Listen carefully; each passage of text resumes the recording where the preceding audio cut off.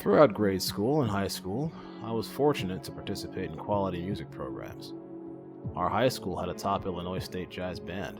I also participated in symphonic band, which gave me a greater appreciation for classical music. It wasn't enough just to read music, you would need to sight read, meaning you were given a difficult composition to play cold, without any prior practice. Sight reading would quickly reveal how fine-tuned your playing chops really were. In college, I continued in a jazz band and also took a music theory class.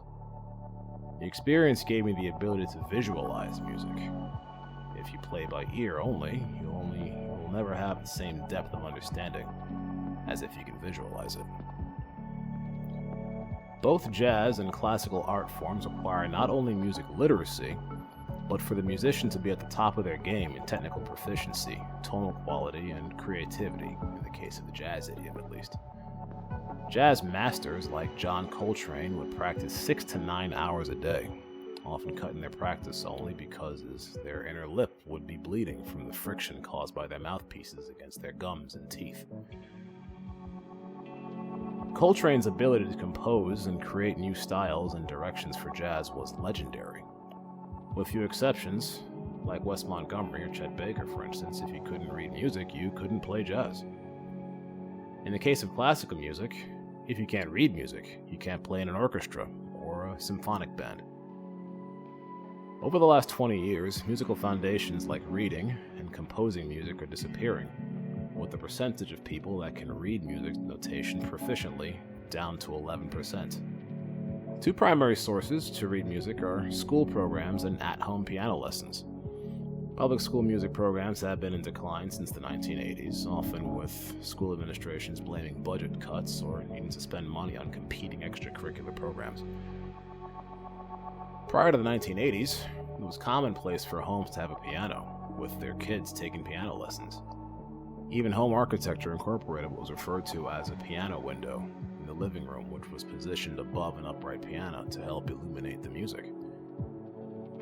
Stores dedicated to selling pianos are dwindling across the country as fewer people take up the instrument. In 1909, piano sales were at their peak when more than 364,500 were sold, but sales have plunged to between 30,000 and 40,000 annually in the US, down about 90% or so. Demand for youth sports competes with music studies, but also fewer parents are requiring their kids to take lessons as part of their upbringing. Besides the decline in music literacy and participation, there's also been a decline in the quality of music, which has been proven scientifically by Jon Henschen, a postdoctoral scholar at the Artificial Intelligence Research Institute of the Spanish National Research Council in Barcelona. Jon and his colleagues looked at 500,000 pieces of music between 1955 and 2010, running songs through a complex set of algorithms, examining 3 aspects of those songs. First, timbre, sound color, if you would, texture, tone quality. Secondarily, pitch, harmonic content of the piece, including its chords, melody, and tonal arrangements. Tertiarily, and finally, loudness, which is volume variance adding to the richness and depth. The results of the study revealed that timbral variety went down over time, meaning songs are becoming more homogeneous. In English, most pop music now sounds largely the same. Timbral quality has peaked in the 1960s and has since dropped steadily with less diversity of instruments and recording techniques used in producing the music. Today's pop music is largely the same, with a combination of keyboard, drum machine, and computer software greatly diminishing the creativity and originality of said pop music. Pitch has also decreased, with the number of chords and different melodies declining. Pitch content has also decreased, with the number of chords and different melodies declining as musicians today are less adventurous in moving from one chord or note to another, opting for well-trod paths by their predecessors. Loudness, however, was found to have increased by about 1 decibel every 8 years. We can do the math. Music loudness has been manipulated by the use of compression, which boosts the volume of the quietest parts of the song so that they match the loudest parts, reducing the dynamic range. With everything now loud, it gives music a muddled sound, as everything has less punch and vibrancy due to its compression. In an interview, Billy Joel was asked what made him a standout. He responded that it was his ability to read music and compose it that made him unique in the music industry, which, as he explained, was troubling for the industry when being musically literate makes you stand out. Imagine that. An astonishing amount of today's popular music is written by two people, Lucas Gottwald of the United States and Max Martin of Sweden, who are both responsible for dozens of songs in the top 100 charts. You can credit Max and Dr. Luke for most of the hits of these stars: Katy Perry, Britney Spears, Kelly Clarkson, Taylor Swift, Jessie J, Kesha, Miley Cyrus, Avril Lavigne, Maroon 5, Tayo Cruz, Ellie Goulding, NSYNC, Backstreet Boys, Ariana Grande, Justin Timberlake, Nicki Minaj, Celine Dion, Bon Jovi, Usher, Adam Lambert, Justin Bieber, Domino, Pink, Pitbull, One Direction, Flo Rida, Paris Hilton, The Veronicas, R. Kelly, Zebrahead. With only two people writing much of what we hear, is it any wonder that music sounds the same? Using the same hooks, riffs, and electronic drum effects? Lyric intelligence was also studied by Johan Serra over the last 10 years, using several metrics such as Flesch-Kincaid Readability Index, which reflects how difficult a piece of text is to understand and the quality of the writing. Results show that lyric intelligence has dropped by a full grade, with lyrics getting shorter, tending to repeat the same words more often. I'm sure you can think of some examples off the top of your heads. Artists that write the entirety of their own songs are very rare today. When artists today like Taylor Swift claim that they write their own music, it is partially true insofar as she writes her own lyrics about her latest boyfriend breakup, but she cannot read music and lacks the ability to compose what she plays. Music electronics are another aspect of musical decline, as the many untalented people we hear on the radio can't function without autotune. As we know, autotune artificially stretches or slurs sounds in order to get closer to center pitch.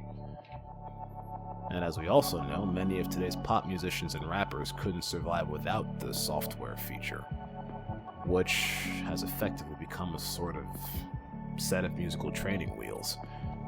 But, unlike a 5-year-old riding a bike, they never take the training wheels off to mature into a better musician.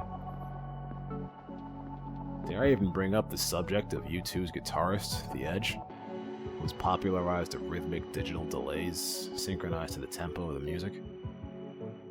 You could argue that he's more an accomplished sound engineer than he is a talented guitarist in that sense. Today's music is designed to sell, not inspire.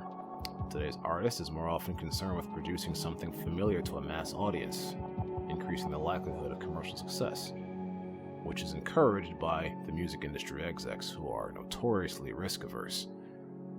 In the mid-1970s, most American high schools had a choir, orchestra, symphonic band, jazz band, and music appreciation classes.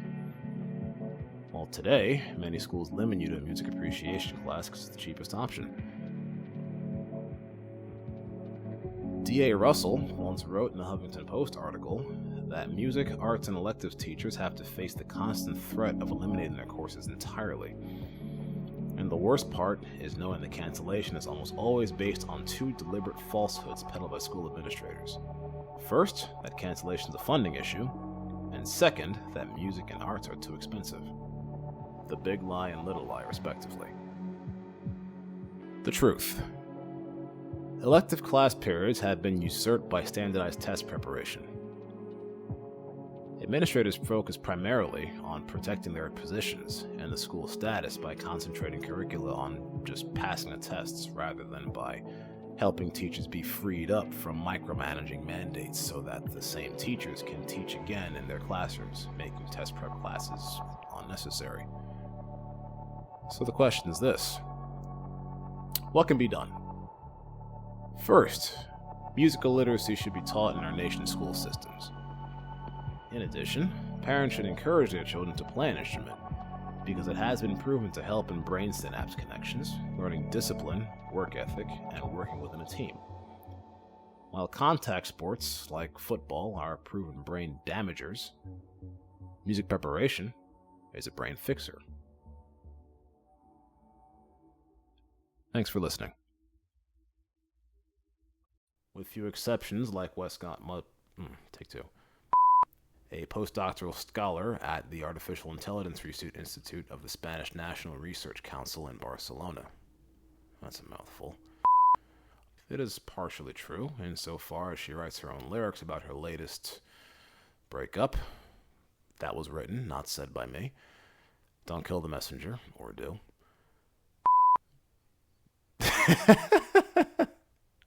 Hang on. Let's go back.